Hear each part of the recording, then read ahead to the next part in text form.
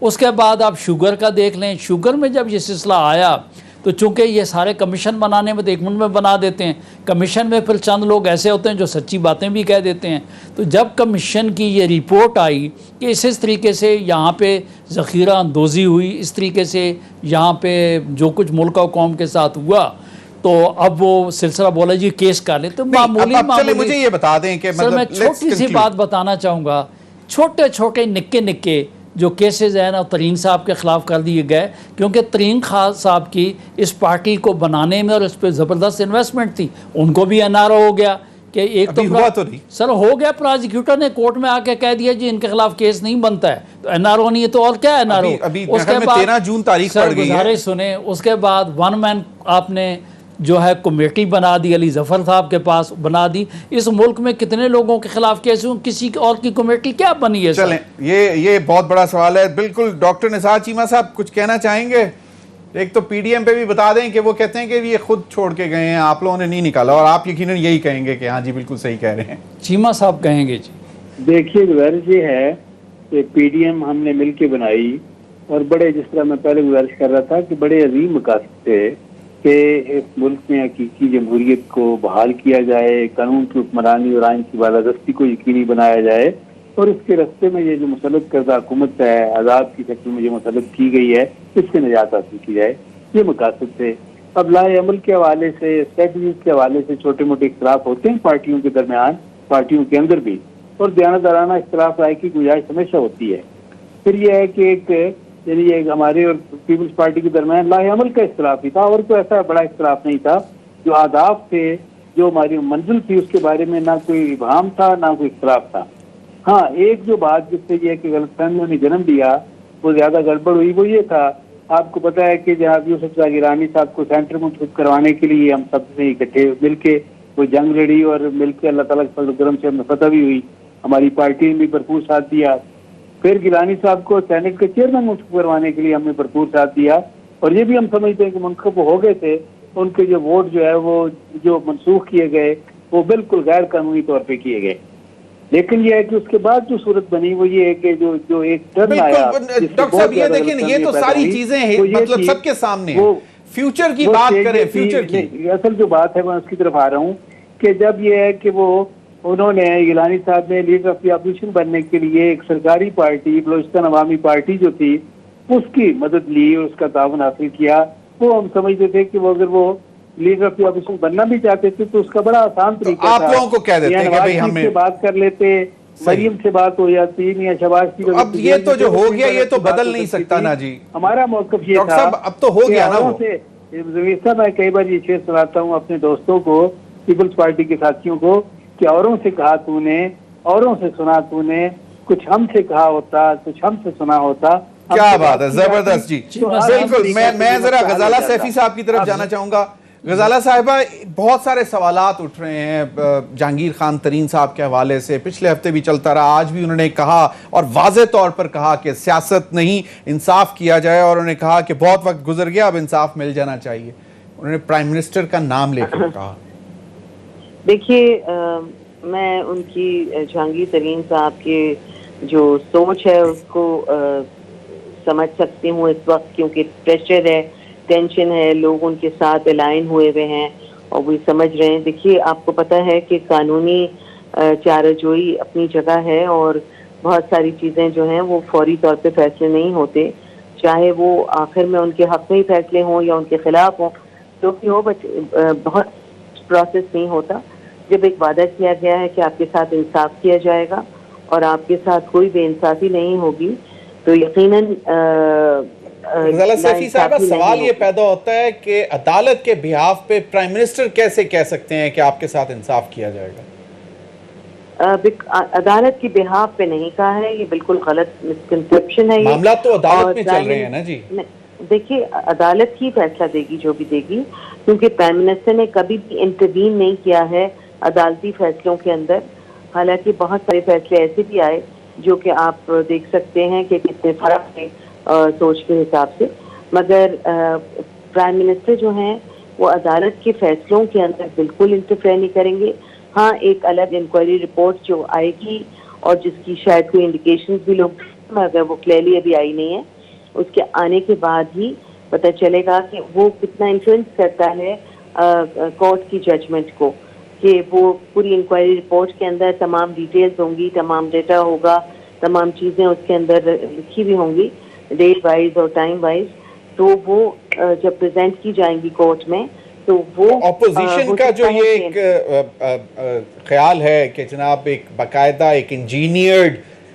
Relief دیا جائے گا, clean chit ملے گی جہانگیر خان. دیکھیے یہ تو کہنے کی باتیں ہیں نا, انجینئرڈ ریلیف دینا. اس وقت دیکھیے پرائم منسٹر جو ہیں جب ایک وعدہ کر چکے ہیں کہ اکراس دا بورڈ سب کو انصاف ملے گا,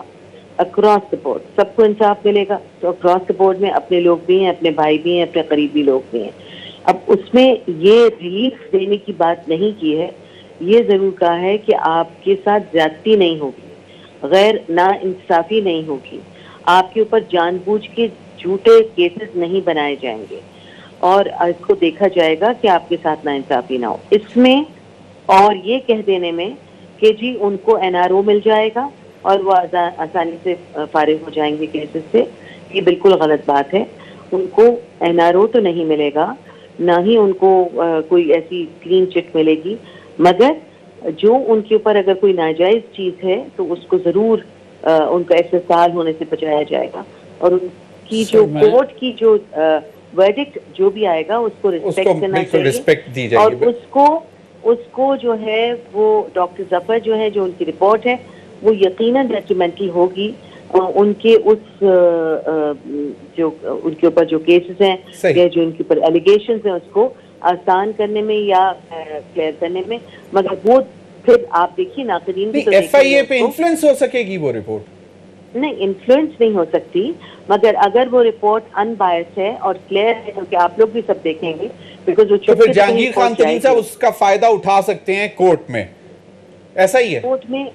دیکھیے وہ رپورٹ آتی ہے ایسی جو ان بائسڈ ہو اور جو بالکل کلیئرلی انڈیکیٹ کرے ان تمام چیزوں کو. اوکے, تو مطلب پی ٹی آئی کے اندر جو اس وقت صورتحال ہے اس کو دکھانے کے لیے کہ جی یہ دیکھیں یہ انڈیپینڈنٹ انکوائری ہوئی اور اب آپ لوگ شور نہ مچائیں, یہ ریزن ہو سکتی ہے نا. نہیں, یہ اس میں یہ کوئی نہیں کہہ رہا کہ آپ بالکل شور نہ مچائیں. رپورٹ جو ہے وہ ہمیشہ کھلی بھی پیش ہوتی ہے اور یقیناً اس پہ جو چاہے کرٹیسزم کر سکتا ہے. لیکن انڈیپینڈنٹ رپورٹ ایک سینیٹر کی انڈیپینڈنٹ رپورٹ وہ کس طرح اس کا حصہ بن سکتی ہے کیس کا؟ دیکھیے ایک سینیٹر کی انڈیپینڈنٹ رپورٹ جو ہے وہ کورٹ کے فیصلے کو اس طرح سے تو نہیں کر رہی کہ جی آپ کو روک دیں فیصلہ اور ہم نے یہ رپورٹ دی ہے, مگر اس میں جو وعدہ کیا گیا ہے اس کو کلیئرلی انڈیکیٹ کیا جائے گا کہ یہ اس طرح سے ہے, اس کے اندر ناانصافی نہیں ہو رہی, میرٹ پہ ہو رہا ہے. بیسک کوسچن یہی ہے نا کہ سب کچھ میرٹ پہ ہو رہا ہے, یہ چیزیں کلیئر ہو جائیں گی اور آپ لوگوں کے آگے بھی سامنے کھلا ہوا ہوگا. یس, تو چھپ کے رپورٹ نہیں جائے گی کسی بندے. بہت بہت شکریہ غزالہ سیفی صاحبہ, شہادت اوان صاحب اور ڈاکٹر نثار چیمہ صاحب. ناظرین, آج پچھلے کچھ دنوں سے بہت معاملات گڑبڑ ہوئے ہیں میڈیا کے حوالے سے, لیکن میں یہ سمجھتا ہوں کہ اس میں زیادہ تر قیاس آرائیاں کرنے اور ادھر ادھر کی باتیں کرنے کے بجائے آج فواد چودھری صاحب جو کہ منسٹر فار انفارمیشن ہیں, ان کی ٹویٹ نے میں سمجھتا ہوں کہ سم اپ کر دیا, جس میں انہوں نے کہا کہ کسی نشریاتی ادارے نے کیا پروگرام نشر کرنا ہے اور اس کی ٹیم کیا ہوگی یہ فیصلہ ادارے خود کرتے ہیں. ہمارا اداروں کے اندرونی فیصلوں سے کوئی تعلق نہیں. تمام ادارے آئین کے آرٹیکل 19 کے تحت اپنی پالیسی بنانے کے خود ذمہ دار ہیں. اس کے بعد تو یہ چیز اب کلیئر ہو جاتی ہے کہ حکومت کے اوپر بہت آسان ہوتا ہے الزام لگانا کہ جی اس نے اس کے اوپر زیادتی کروا دی, ان کے اوپر سختی کر دی, لیکن ایک اس ٹویٹ میں کم از کم فواد چودھری صاحب نے بینگ انفارمیشن منسٹر یہ کلیئر کر دیا کہ قومی ادارے پہ انفلوئنس نہیں کر رہی. اب تک کے لیے اتنا اجازت دیے ناظرین, اللہ حافظ.